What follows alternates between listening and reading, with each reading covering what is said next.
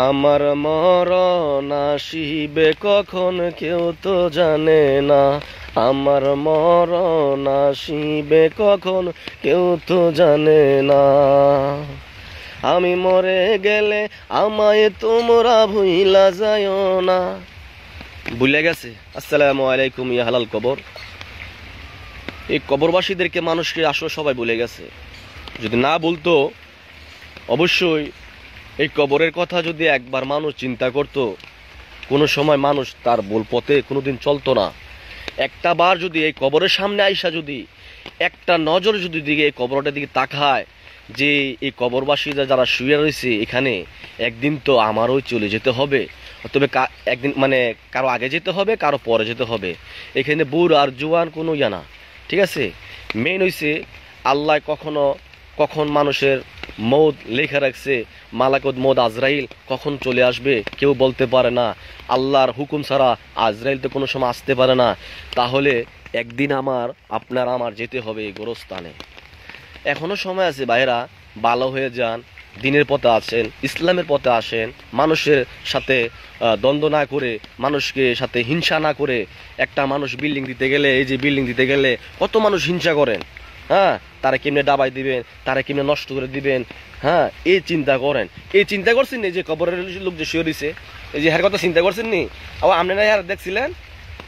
হ্যাঁ, তো আপনার মামা ছিল, কাকা ছিল, কারো বোন ছিল, কারো মা ছিল, কত গ্রামের প্রতিবেশী ছিল। কেউ খবর নিয়েছেন এই যে কবর যাত্রী যে শুয়ে রয়েছে আজকে বৃষ্টির দিনে? দেখেন তো কত শুয়ে রয়েছেন আপনারা। আজকে কবরবাসী দেখছেন এই বৃষ্টির দিনে, তারা যে বৃষ্টিতে কবরে যে পানি যেতেছে, কারো একটা খবর নিয়েছেন? নেন নাই। তাহলে এত জুলুম কেন, এত অত্যাচার কেন? হ্যাঁ, আপনারা এত অত্যাচার কেন করেন মানুষের উপরে? সত্যটাকে মিথ্যা বানান, মিথ্যাটাকে সত্য বানান। আজকে কবরবাসীদেরকে একটু দেখেন তো, নিরালে শুয়ে রয়েছে, কারো বাবা আছে, কারো মা আছে। হ্যাঁ, একটা বার চিন্তা করেন, আপনার একদিন যেতে হবে, রওনা দিতে হবে কবরে। একদিন এই কবরে যেতে হবে আপনার আমার, আমিও যেতে হবে। তাহলে যাওয়ার আগে আমি কি করলাম, দুনিয়াতে কি করে গেলাম? হ্যাঁ, না কোনো মাসাসি করে কোনো শিক্ষা দিলেন, না পর্দা দিলেন, না বউ করে কোনো দিতে পারলেন? জীবনে কি করে গেলেন? এখনো সময় আছে। কবরের পাশে আইসা একটা সেকেন্ড কবরেতে একটা নজর দেন, একটা নজর দিয়া দেখেন এই কবরবাসীদের কেমন আছে, কি অবস্থা আছে। একবার কি খোঁজ খবর নিছেন? আপনার মায়েরা ফালাই দিয়ে গেলেন, বাইরে ফালাই দিয়ে গেলেন, বাবারে ফালাই দিয়ে গেলেন, বন্ধু বান্ধব ফালাই গেলেন। চিন্তা করছেন এই যে লোকটি কেমন আছে? চিন্তা করছেন তাদের জন্য কবরের সামনে আইসা কোনোদিন জিয়ারত করছেন? তাদের জন্য দোয়া করছেন যে আল্লাহ, আমার মা, আমার বাবা, গ্রামের কত মুরব্বি এখানে পড়ে রয়েছে, তাদেরকে তুমি জান্নাতবাসী করো? যদি কারোর জন্য দোয়া করো না, এই দোয়াটা আগে তোমার লাগবে, ঠিক আছে?